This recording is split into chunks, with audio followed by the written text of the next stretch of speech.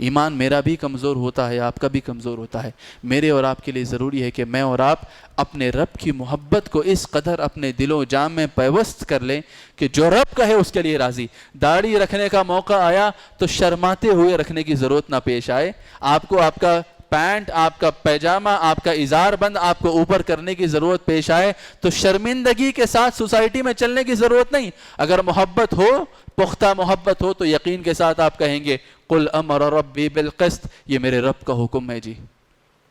میرے رب کا حکم ہے رکھوں گا، میرے رب کا حکم ہے عمل کروں گا، میرے رب کا حکم ہے، میرے رب نے کہہ دیا سو کہہ دیا. مجھے کوئی شرمندگی نہیں ہے اور میں کوئی جو ہے اپنے اسے ڈیفینڈ کرتے ہوئے میں کوئی کام نہیں کر رہا ہوں، بلکہ میں جو ہے بالکل آگے بڑھ کر یہ کہوں گا کہ میرے رب نے مجھے سکھلایا ہے. سلمان فارسی رضی اللہ عنہ کا لوگوں نے مذاق اڑایا، یہودیوں نے، کیسا ان کا رسول ہے جی، ان کو جو ہے پیشاب کرنے کے طریقے سکھلاتا ہے، ان کو جو ہے قضائے حاجت کیسا کرنا ہے اس کے طریقے بتلاتا ہے، کیسا رسول ہے ان کا. تو سلمان فارسی منہ چھپا کے شرما کے جو ہے نہیں نکل گئے، میرا مذاق اڑا رہے. انہوں نے کہا نہیں، ہاں ہمارے رسول ہمیں بتاتے ہیں جس طرح زندگی کے سارے شعبے اور زندگی کی ساری عبادتیں اور زندگی کے سارے معاملات میں اللہ کے رسول صلی اللہ علیہ وسلم ہمیں تعلیم دیتے ہیں، بالکل اسی طرح آپ ہمیں یہ بھی بتاتے ہیں کہ ایک بندے کو جو ہے کیسے پیشاب کرنا ہے، کیسے اسے قضائے حاجت پوری کرنی ہے، ہر چیز کا وہ ہمیں علم دیتے ہیں، جس طرح ایک باپ پوری شفقت کے ساتھ اپنے بچے کو ہر چیز سکھاتا ہے. یہ یقین کب پیدا ہوگا؟ جب ہمیں اپنی محبت پر، ہمیں اپنے ایمان پر، اپنے دین پر شرم نہیں ہوگی بلکہ پورا یقین پیدا ہوگا. تو نوجوان بچہ جب نکلے گا اور اس سے لوگ سوال کریں گے یا مذاق اڑائیں گے یہ کیا حالت بنا کے رکھی ہے بھائی، تو آپ کہہ سکتے ہیں، کیا کہہ سکتے ہیں آپ؟ یہ میرے رب کا حکم ہے، یہ میرے رسول کی سنت ہے، شاید یہی میرے کام آ جائے. کل قیامت کے دن اپنے رسول کے سامنے کھڑا رہوں گا تو شاید میرا رسول یہ دیکھ کر کم از کم جو ہے یہ کہے کہ ہاں یہ میرا امتی ہے، یہ کسی اور چیز کے لیے نہیں، کسی اور فائدے منفعت اور دنیا کے لیے نہیں، بلکہ میری اتباع میں نے رکھا تھا اس لیے اس نے رکھا ہے، میں نے یہ لباس پہنا تھا اس لیے اس نے پہنا ہے، میں نے یہ طریقہ اپنایا تھا اس لیے اس نے یہ طریقہ اپنایا ہے، میں نے ایسا کیا تھا اس لیے اس نے ایسا طریقہ اپنایا ہے. لوگ سارے سود کے پیچھے بھاگ رہے تھے، فائدے کما رہے تھے، اس نے سارے فائدوں کو چھوڑ کر، اس نے سودی کاروبار کو چھوڑ کر جو ہے نا معمولی سا رزق حلال اپنانا شروع کیا. بالکل اسی طرح اللہ کی محبت میں ہم کسی در پہ نہیں جھکتے. توحید تو کیا ہے؟ توحید تو یہ ہے کہ خدا حشر میں کہہ دے، توحید تو یہ ہے کہ خدا حشر میں کہہ دے یہ بندہ دو عالم سے خفا میرے لیے ہے. سارے در بدر جا کے کیوں نہیں بھٹکا یہ؟ کیونکہ یہ میرے در پہ آنا چاہتا تھا، میری بات سننا چاہتا تھا، مجھ سے محبت کرنا چاہتا تھا، اس لیے سارے عالم سے خفا ہو گیا اور میرے در پہ آگے جو ہے سر بسجود ہو گیا. کل قیامت کے دن رب یہ کہے گا نا تب یہ مانیے گا یہ سچی توحید ہے. جب اللہ کے رسول اپنے ہاتھوں سے ہمیں پلائیں گے آب کوثر تب یہ مانیے گا کہ سچی محبت ہے. اللہ سے دعا ہے کہ اللہ تبارک و تعالی جہاں مجھ کو، آپ کو، ہم سب کو اللہ اس کے رسول کی، اس کے دین کی سچی محبت عطا فرمائے، وہیں ہمیں وہ منظر دیکھنے کا بھی موقع نصیب فرمائے جہاں ہمارا رب اور اس کا رسول خود اپنی ذات سے، اپنی زبان سے جو ہے ہماری محبت کا اعتراف کرنے لگیں. ایسی خوش نصیبیاں بہت کم لوگوں کو نصیب ہوتی ہیں. دعا کیجئے اللہ تبارک و تعالی مجھ کو، آپ کو اللہ اور اس کے رسول کی اور اس کے دین کے احکامات کی محبت نصیب فرمائے. آمین. وآخر دعوانا ان الحمد للہ رب العالمین. والسلام علیکم ورحمۃ اللہ.